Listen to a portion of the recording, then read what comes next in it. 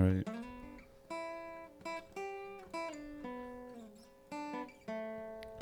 Hello and welcome to this week's episode of the TF Cast.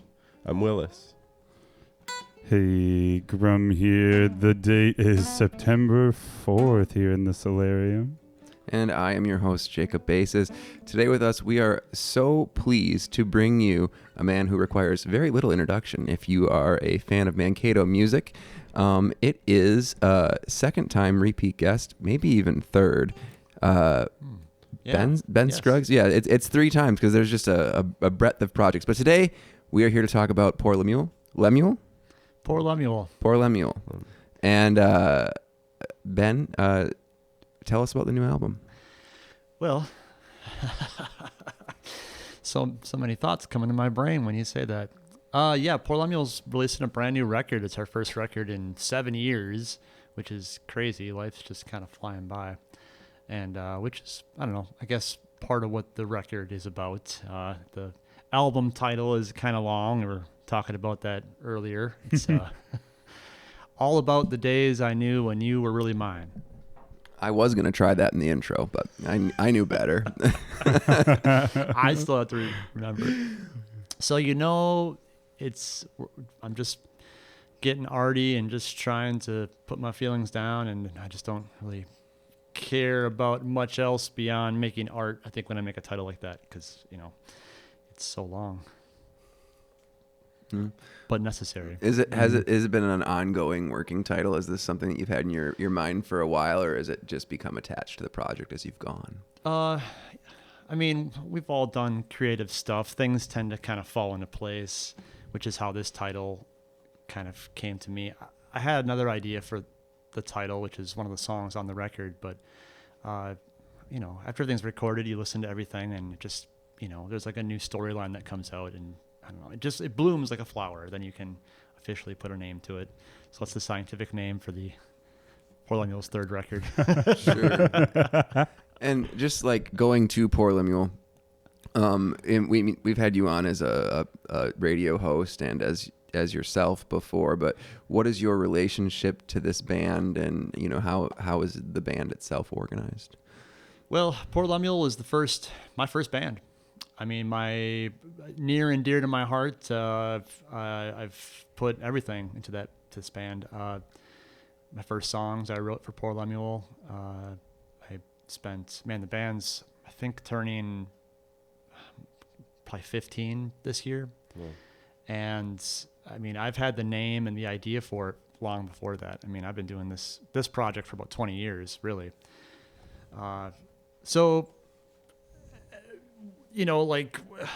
This record has been a journey. In particular, every record that we've released has been a journey. We've got pandemics, I've had band members come and go. I've started and stopping on ideas and just trying to get a foothold. And we finally got to the end of the race with this record now. So thrilled to finally be releasing new music. This is a record I'm really proud of. I think it's probably the best thing. I think it's the best thing I've been a part of. Oh, wow. This record in particular. Really proud of it. The songs are great. When we were trying to figure out what to release as a single, I mean, it's any of these songs I think could be a single. It's 10 songs on the record. Band members are Krista Okins sings harmony vocals in this group, and I feel like that's like the base of the sound is me and Krista singing our harmony. We've got Kaleb Braun Schulz on bass, who he's also releasing a record this year.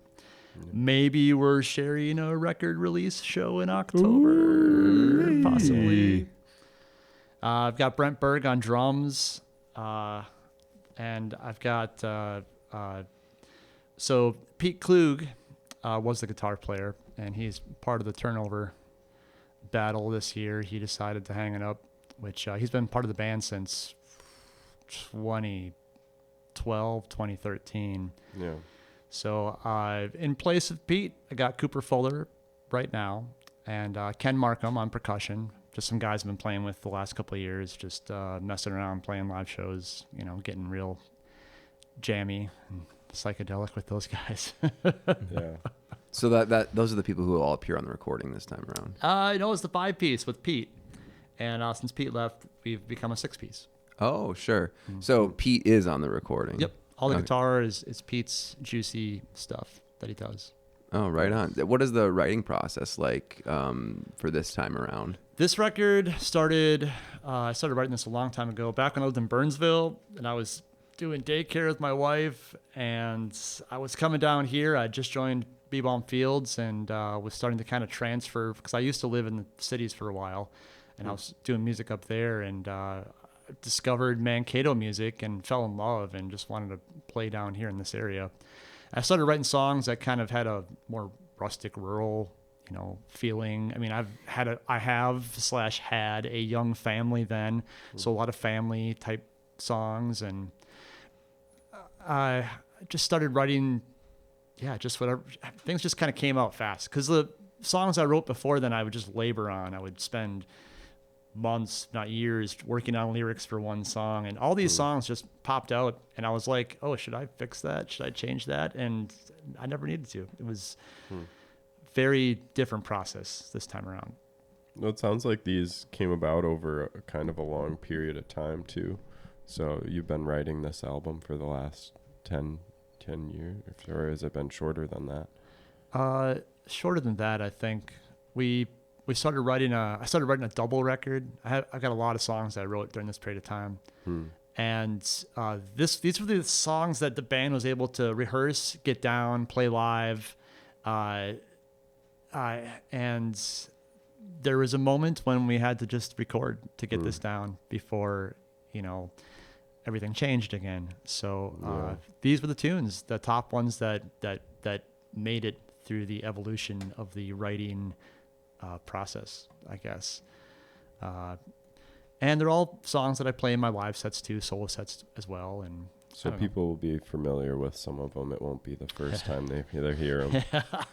For a lot of them, yes. Okay. If you see me live or see the band live, they're songs we've been playing a lot. But you got to get those songs out too. Now they're coming out. Yeah. Do you find that the music evolves or changes at all as you play it out live? You find new ways that you want to perform it, or new lyrics to add in? I don't think I usually want to add more lyrics in, but the songs just kind of gel and solidify as you play them.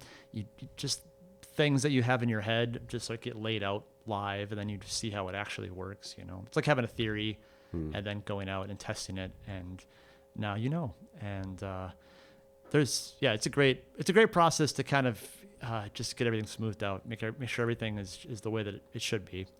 We went further too. We recorded this record live. We took 2 days and recorded at Signature Tone Recording Studios in South Minneapolis, right by Matt's Bar. Yeah. For somebody who might not be familiar, how's the live process different meaningfully from a standard recording process? Well, I'd call both those processes somewhat standard at this point. I mean, I've been listening to a lot of early music where they just had one microphone set up and everyone just kind of crowded around. Yeah.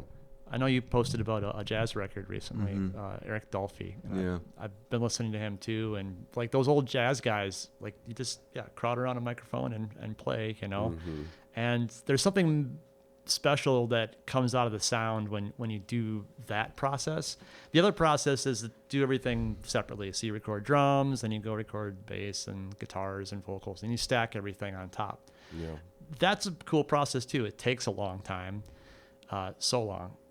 If you do it live, you can do it quicker, but you're taking more chances, because if you screw up or you're not ready, then that's going to come out. You can't hide from it. Built-in dynamics. We recorded the first half of one day, the second half the second day, and I think we did about roughly 3 takes per song, and we kind of, there'd be some spots where we might pick and choose different takes. When you play to a click track, you can still do that. And we did do some overdubs. I mean, Pete came in and did a lead guitar session, and we put some percussion on, and but not much else. I mean, we captured, I think, the live sound that I was hoping to capture. So, are you able to separate the drums from some of the other instruments when you're doing those live recordings, or are they even all in the same room together? Everything's kind of separated in the studio. Me and Krista, I played, my guitar amp was in a separate room. I think with Pete's amp in the same room, I'm pretty sure, with both of the mics on. And you can isolate the sound pretty well if you have, because those guitar amp mics, they just sit right on the amp, you know, there's not much bleed. And the drummer and Brent Berg and Kaleb Braun Schulz were in the main room with, you know, bass and drums, and I think Pete was out there too, but you know, his amp was in a separate room, so he was quiet, I guess. Yeah. And me and Krista were in the control room with Adam. We had a couple of mics set up. We sang in the same room. Oh, cool. And I had electric guitar too that I just strummed on. So there's there's some really quiet spots in the record, and you can hear the clicking of my electric guitar, the acousticness of my electric guitar through the microphone a little bit. Yeah, so we were kind of separated, but we were also very close. I mean, I've never done a record where we're doing harmony vocals at the same time as the regular band, and you know, getting final takes. That's pretty crazy. I didn't know if we could do it. We did it. Was it more or less difficult than you expected? Less, but just because there was a lot of difficulty. It's been such a long, arduous process to get into this point that everything's been a struggle. But we had practiced and played so much that it was no problem. It came out without an issue at all. It was great. It was freeing, I would say. Any memorable moments from the recording process that highlight either like something about one of the other band members or like a funny story that happened? Yeah, I mean, some I can talk about, some I can't, you know. Oh, yeah. I got a story about Pete, but I can't say it. Oh. I can't say it right here. Yeah, I mean, let's see. Yeah, man, I'm just trying to cut through those memories and try to like, gosh, well, you know, we got up there early in the morning on the first day, and you know, set all our stuff up, which takes, you know, a good amount of time, and I mean, we just set up and went. There wasn't really much thinking or dilly-dallying with that day. You know, went back to Krista's house in St. Paul with Kaleb and slept in Krista's basement that night. I think Pete and Brent went home, and I came back the next day and hammered her out. Gosh, yeah, nothing's really coming. I mean, we just played the music, man. That was the focus. Feel like another performance opportunity in a way. Did you have to do a lot of practicing and like getting together before that to make sure you were ready to go into the studio, or did it come pretty easy? We practiced some. I mean, we probably could have practiced more, but we've been playing for a long time. So just you know, when you play those same songs for as long as we have, you don't need to do much to get the juices going. It's just riding. It's like riding a bike, you know. You just get back on. Do you have any songs that you feel you could demo as if you were riding a bike this moment? Yeah, I could do that. Man. Well, okay, so we have a single coming out next week. Actually, a double single. And it's 2 songs from the record. One is called Rental Car, and one is called Milk and Honey. And they're both a little different. But they both kind of encapsulate the mood of the record. Rental Car is, I don't know, kind of a song about escape and about, you know, just screw it, let's go. You know, let's stop worrying so much and just let's get on the bike, you know. Milk and Honey is one I wrote when my daughter was in the womb. And I was thinking about family, and I was doing daycare, and I don't know, just young father writing songs about the world that I was in, that I'm still in, you know. Yeah. So I can play one of those 2 tunes. Yeah, I'll play Rental Car here. Yeah.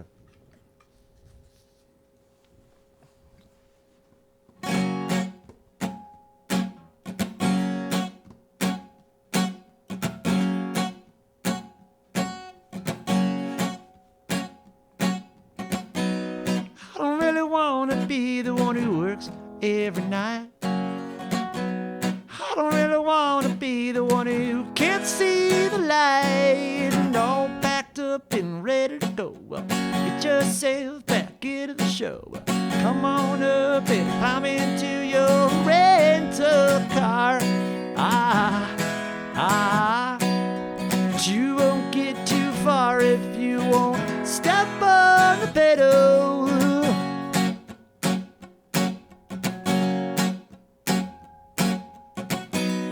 I don't really wanna be the one who sleeps every day. I don't really wanna be the one who can't get away. And all packed up and ready to go. Get yourself back into the show.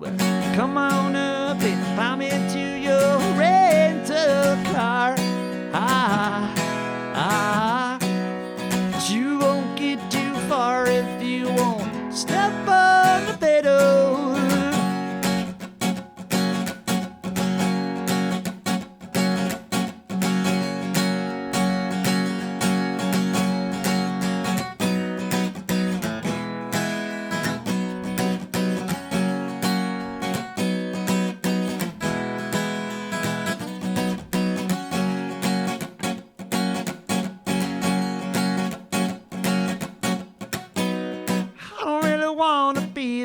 Can't have a dream. I don't really wanna be the one who no one can say. And all packed up and ready to go. Well, get yourself back into the show. Come on up and climb into your rental car. But you won't get too far if you won't step on the pedal in your rental car. Whoa, whoa. But you won't get too far if you won't step on the pedal in your rental car. Well, yeah. You won't get too far if you won't step on it.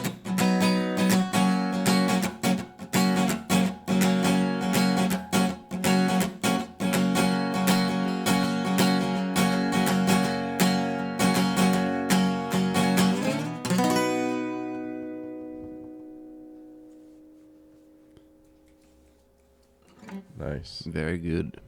Nice. That's fun. That's got a good groove to it. And that's one that is on the double single, you said?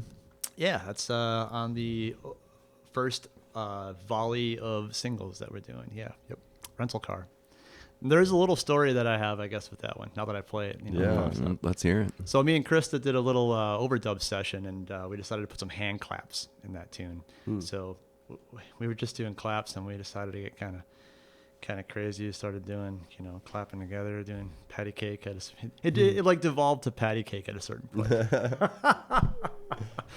Just doing hand claps for that tune. Did the patty cake cut make it? Yeah. Oh yeah. Yeah. We had a variety of little claps, because when you do hand claps, you can't just do one. You have to do several, so it fills it up. You got to so you just kind of keep clapping, and it's just the same freaking thing the whole time. You just got to get, a little difference, and then pretty soon, oh man, yeah.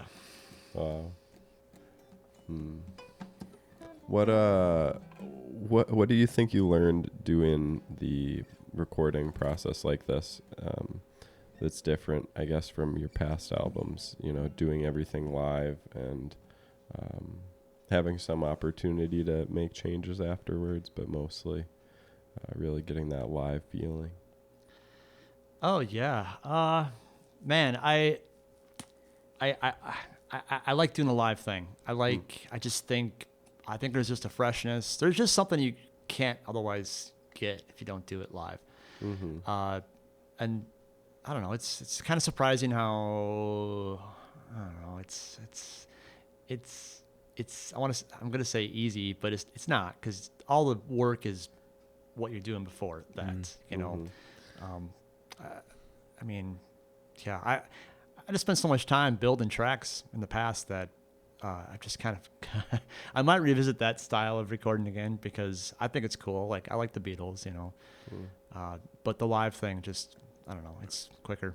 Feels nice to have it come together smoothly Yeah. and just be there. And I also feel like it really glues an album together. You know, sometimes when everything just feels like it was built in a separate room or even independent from different songs, the album doesn't come through. I don't know. Like I have this weird kind of criteria for album of when I get done listening to it, did it feel like an album? Which is nebulous, you know, like it's just my feeling. But that's valid. I know what you're saying. Yeah, and I feel like, you know, like kind of the more like raw and in the room an album is, the easier it is to glue it together like that in some cases. I mean, it's a time and place, you know. If you do a vocal take one day and the next day you do another vocal take, it sounds a little different, you know. Sure. It's maybe not be that much different, but it's there. Yeah, and I think it comes through a little bit. So I wouldn't, you know, say one way is better than the other, but No. it certainly does give it a little something. What's the outlook for the group? Like, you know, you have an album that is, you know, just about to come out. Is it, you know, like, what's the move? Is it performances or writing or? That's a good question. You know, I've done a lot of, I do keep it local. You know, I pay attention to local music and Minnesota music. And I don't know. Right now, in this moment, it feels like there's bigger things happening than this. So it just feels like this is just more something that we're just doing until, I don't know, I guess I feel like after the election is when I'll be able to kind of figure out what the future is actually going to look like. Until then, I'm just bopping around and just trying to finish some things and do some stuff. Yeah. In terms of the band, you know, at the start of the year, I didn't know what was going to happen with the live group. I knew we had a really good record on our hands.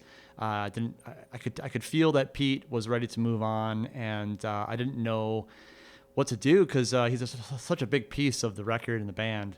And when he finally, you know, said, "Hey, I'm ready to go to do other things," it kind of freed me up to consider what a live Port Lemuel band could be without Pete. And so, yeah, brought Cooper on board. He's a great guitar player, and brought Ken aboard too, a great percussion player, and just kind of adds, I don't know, there's like a new sound evolving from the band. It's a little more rhythmic, and I'm curious to see where it goes because, you know, I talked and said that I wrote like a double record. I still want to record those songs, and I feel like this lineup could make those songs sound really good. So I'm excited to dig in with those guys and get some new songs in the set because we've been playing these songs for a long time. In terms of playing live, you know, I've been applying a little bit to some festival type stuff. I'm hoping to go play in the Twin Cities with this band. I'm hoping next year I can bring Port Lemuel into some cool festival stuff because that to me is where I want to be. I want to play those kind of things. Yeah, the festival market seems like a fun one for a band and a good way to get some new fans too, possibly. Yeah, maybe. It's just a fun time, you know. You get out there, and usually it's outside, and there's vendors and good energy, you know, because like it's energy, man. That's what it's about. Where's the good energy at? Festivals just kind of they have a lot of it. It's really nice.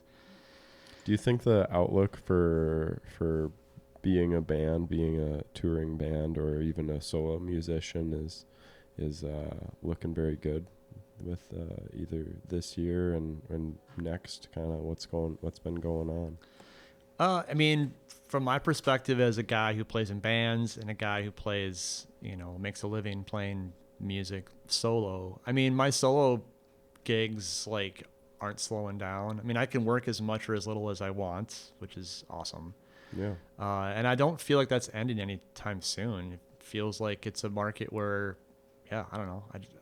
It feels like that would be if things weren't like, it feels like if you're going to cut something out of the curriculum, you go for the arts. But in this case, no, I feel like it's pretty solid. It's crazy. Now, in terms of like full bands playing showcase shows, I mean, I looked just in the Mankato area. We lost the What's Up Lounge, and we don't have many venues to have showcase performances. We do have some. I mean, the Mankato Brewery is one that's been putting on great shows, which is where we will be releasing this record with Kaleb Braun Schulz.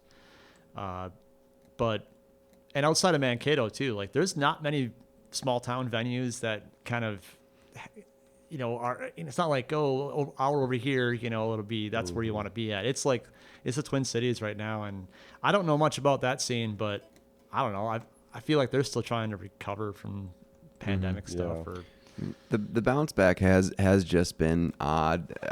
We haven't had very many guests who haven't remarked upon how both like live music and even the culture just around drinking has slightly changed. And I mean, they are hard to pull from one another because so much live music happens in places where alcohol is served.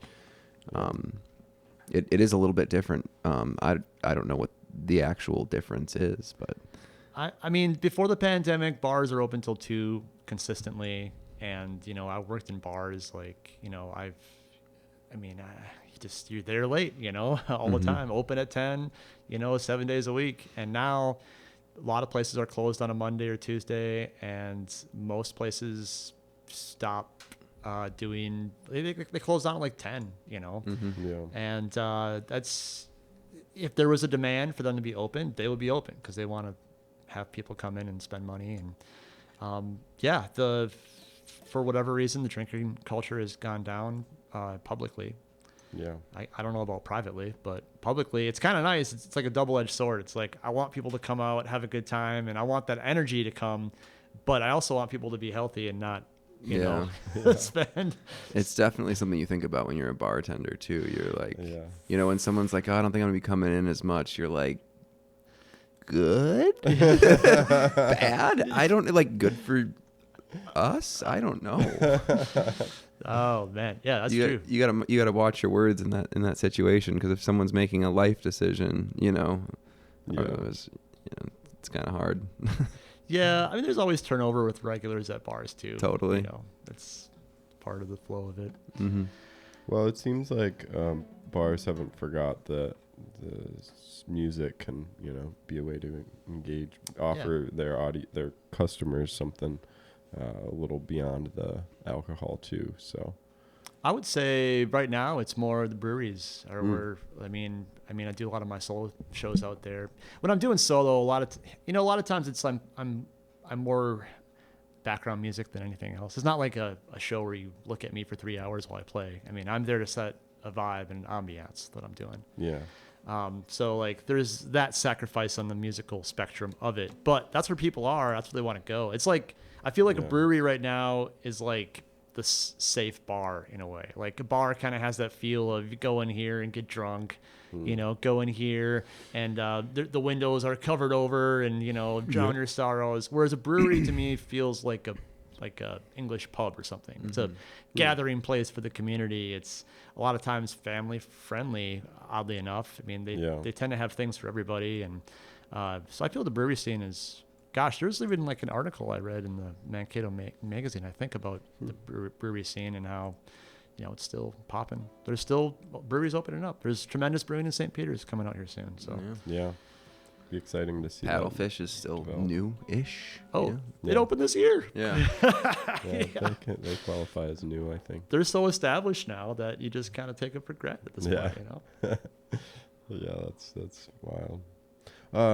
Well, one thing that I think we should get into is the upcoming album release party. Yeah. I know you mentioned that briefly. We're excited about that. Why don't you just let people know a little bit about what you're thinking for it, what you're excited about, and we'll try and cover some details so we can get people plugged in on that one. Well, okay, so Poor Lemuel, we've taken 7 years to get this record since our last record. 7 years to get this, just going through challenge after challenge to try to get this thing put together. Then here's Kaleb Braun Schulz, who not only writes, but records a whole record within a year. And we both just so happen to, have finished records around the same time. So it's quite a delight, and I'm just really excited to be working with another person on the promotion side of things, and it's just so much nicer to share this thing than to do it solo. I mean, it's a lonely process sometimes doing music type stuff, and when you can be with someone, holding his hand while we, go through this together, it's great. So yeah, Kaleb's got a record coming out. Poor Lemuel's a record coming out. We're doing a double album release show at the Mankato Brewery. It's October 18th. It's a Friday. It's before Halloween, and it's like the best deal you'll ever get. I mean, okay, so the tickets are $15. You get a copy of each record with that price, which is like insane. Wow. I tried to tell Kaleb to bump the price to 20, but he was like, no, we got to do 15. We got to give the people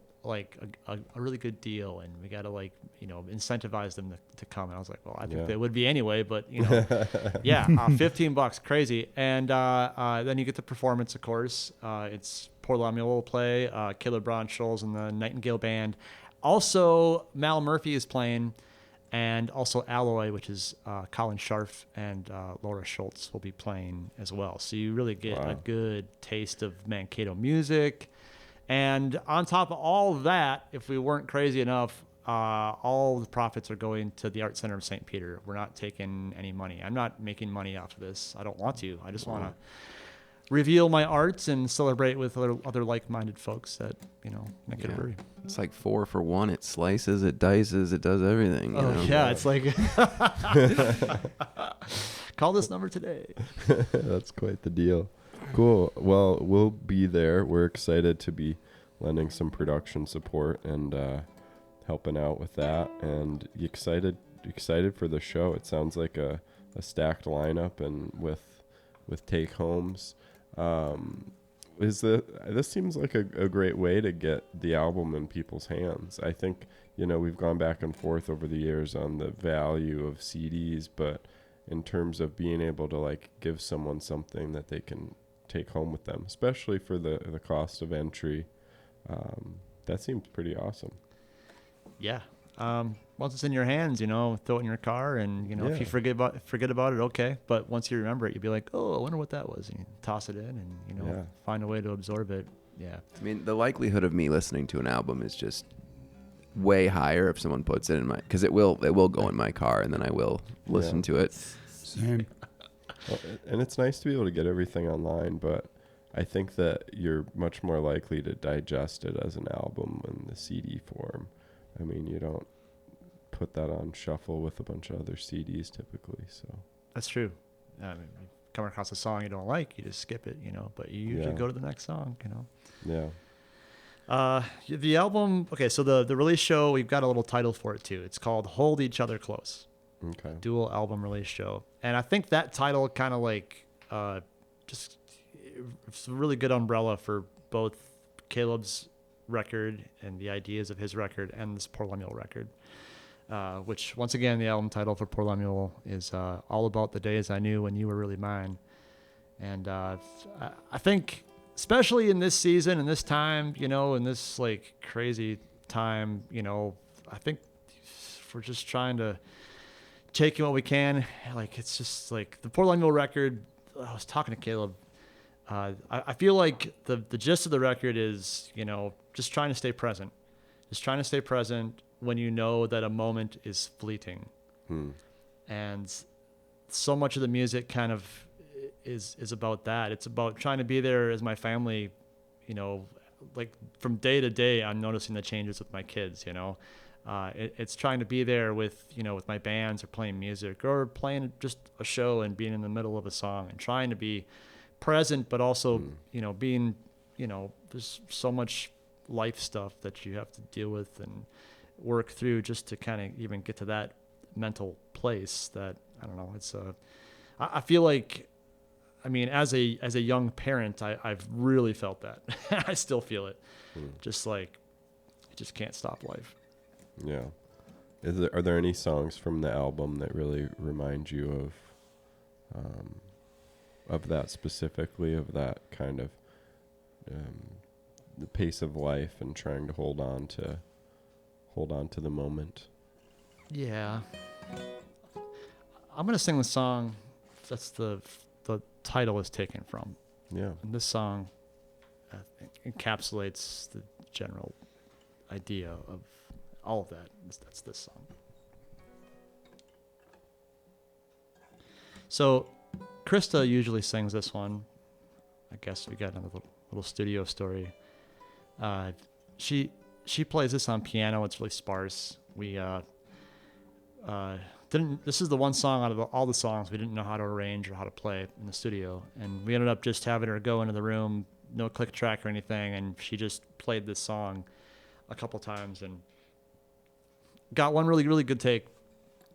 And we kind of built a little bit around that. I sang a harmony, and Pete did some weird feedbacky, pedally guitar thing. So I'll play this on the acoustic guitar, on a picking acoustic guitar. So this is not how it's in the record, but the song is the same and the words are the same. So Okay. this is called Will I Dream of You.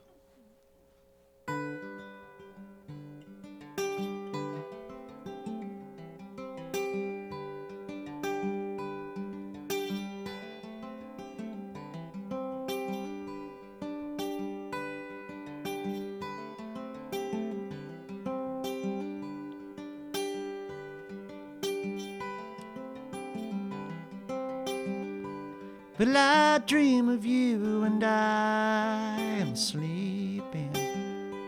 Will I travel to another place in time?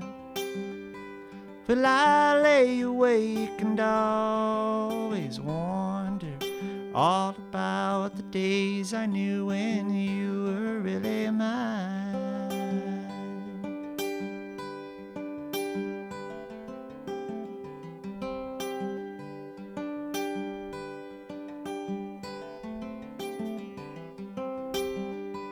Will I smile again about my story?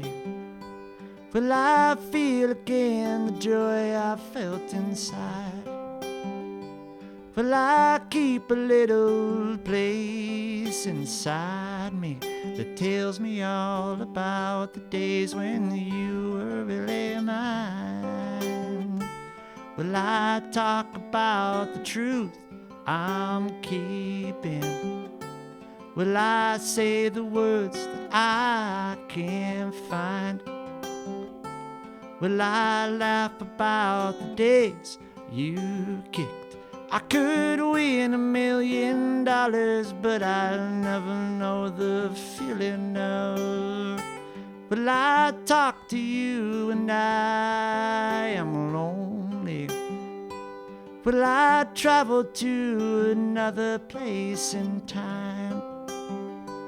Will I lay awake and always wonder all about the days I knew when you were really mine?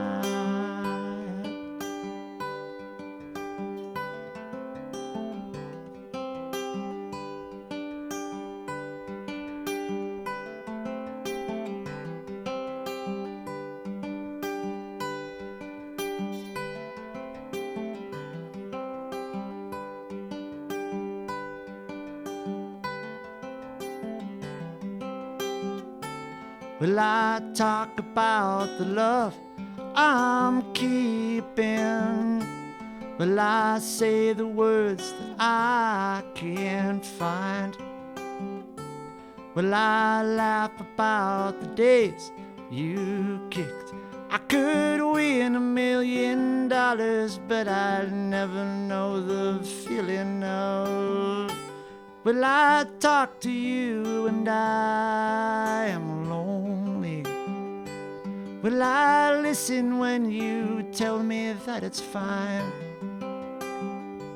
Will I keep a little voice inside me that tells me all about the days when you were really mine?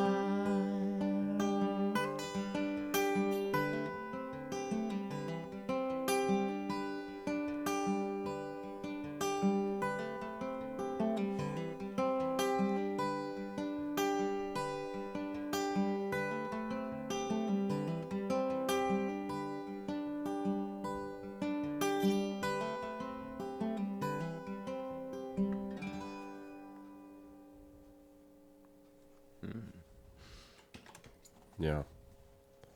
Thank you. Thanks. Thank you. I see why you picked that one. That one's reflective. Kind of alludes to the moments that pass by. It's about loss and how do you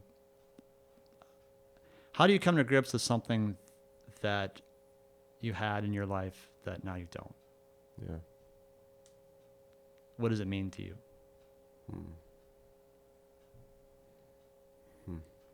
Well, I think this might be perfect point to see if there's anything else you want to make sure that people know. Or Maybe reflect upon some plugs for the audience. Oh man, I'm just thrilled to be releasing this record. I'm just thrilled to be working with so many great community members. Triple Falls here, you guys. We got all local artists that have been working on our both me and Caleb's records. The Dana Sikala and My Tran did the art for Poor Lemuel. I know Christina Donnelly did the poster art for the Hold Each Other Close record release. And I can't remember who Caleb has doing the actual artwork. He might be Christina doing his actual art I too. thought it might have been Taylor. Oh yeah, It Taylor looks Weir. like her style. That actually sounds about right. Yeah. So yeah, I don't know. It's just cool that we have so many talented folks here to lean on, to talk with, to work with, and to just be excited about doing stuff with, I guess. Yeah. Well, we're excited to have you be a part of that, and extra plug for Keeping It Local show. Oh yeah. Thursdays 3 to 4 o'clock. Ben and Chris. That's right, buddy. That's right, buddy. Well, buddy, are there any? I always want to ask about the local show, like if there are any local regional bands that have come across your plate in the last, call it 6 months, 3 to 6 months, that you think more people should know about. Well, I mean, yeah. I mean, the first thought that comes to my mind is Pocket Lounge. Absolutely. We're talking about Pocket Lounge. Soul Folk Union is releasing something at some point, but you guys don't have an official recording yet. No, Ben has the only ones. What? The secret. We're hungry for more. I think Bela Rue, they keep teasing a record that they're going to be releasing, and they got to be closer than ever right now to doing so. So that's going to be nice. I mean, Jason Knutsen's Desert X project that he does with Jilly Sweet is an interesting thing that I'm curious to see where that goes. There's been some young folks like Emma Josephine has been coming out and doing a lot of stuff. Yeah. But I don't know, kind of waiting for that next real big wave, I think, I want to see some more younger folks doing music. There's not enough, and there's outlets here. If you're young, if you're anybody, and you want your exposure for your music, keep it local, we'll play it. And me and Chris are full of advice and ideas if you have anything you're trying to do with that.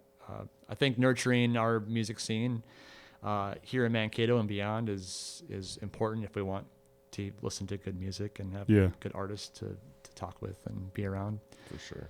I don't know. Barrett Finken is I mean, she's my neighbor, and she's I know trying to get a group together. And once she does that, I got a feeling that her star will shine a little brighter. Because she's doing a lot of solo stuff, which is cool. But I know her. She knows, and I know that her sound filled out will be really cool. Okay. And you're part of a project that's been going on with, that's with true. Bailey. That's a new one. Yet to be named. We've been working through some naming confusion, but Untitled as soon as we have a name, everyone will know about it. Oh, I'm sure. All right. Yeah, I don't know. There's always exciting things. There's a lot of brand new releases that have been coming out. Yeah. So that's definitely good. Love to hear it. Well, yeah, that's some great listening inspiration for anyone looking to dive a little deeper on local music. Oh yeah. Yep. Yeah, we're still doing NPR bits too. I mean, I think we've done now over 60 segments that we've added on to the Minnesota Now afternoon show there with Kathy Wurzer. And they've been repeating our segments too. Like we got a little lazy. We stopped sending them some stuff because it's like, whatever. But they've been asking us for more. And so we always try to play local artists and cool music that we've discovered. Like there's some bands too at Minnesota Original Music Festival that were really cool. Like Foxby was great, and the Orange Goodness were so much fun. Yeah. Yeah. Were you able to pull some bands from the lineup there that you played on? On your Keeping It Local show. Yep, we've had to repeat some plays from those guys. We've made some NPRs for them, and cool. It's just trying to figure out. So we had the Big Woo at Mom Fest this time. Yeah, and that was killer. That was like a dream come true for me and Chris. Nice. That was awesome. And their last song they played was Minnesota Moon too, so that was just great. I'm trying to think of the next artist that should headline Mom Fest for next year. That's on my mind, and I'm not sure who it could be. I don't, because you kind of want someone who's going to have a bit of a draw, and I don't know. Do you guys have ideas? Is there anybody on your end that you know?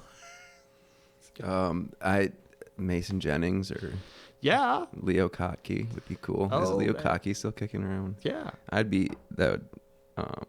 think he lives in Bloomington too, so it'd just be a hop, skip, and a jump. Yeah. My dream would be Corey Wong. Oh lordy! Oh! Okay, all right. That's what I needed to hear. That's great. Yeah, that would be killer, man. Oh yeah. Some of the best players in Minnesota, period, on that group. Oh, yeah, that'd be so cool. That'd be like just monumental. All right, well, putting it out there for that. We'll maybe will it into existence. It's happened before. It can happen again. Awesome. Right on. Thanks for joining us today, Ben. Have a wonderful night. Great luck with your upcoming album stuff. And stoked for the show. October 18th at the Mankato Brewery. Cheers, fellas. Cheers. Later, buddy.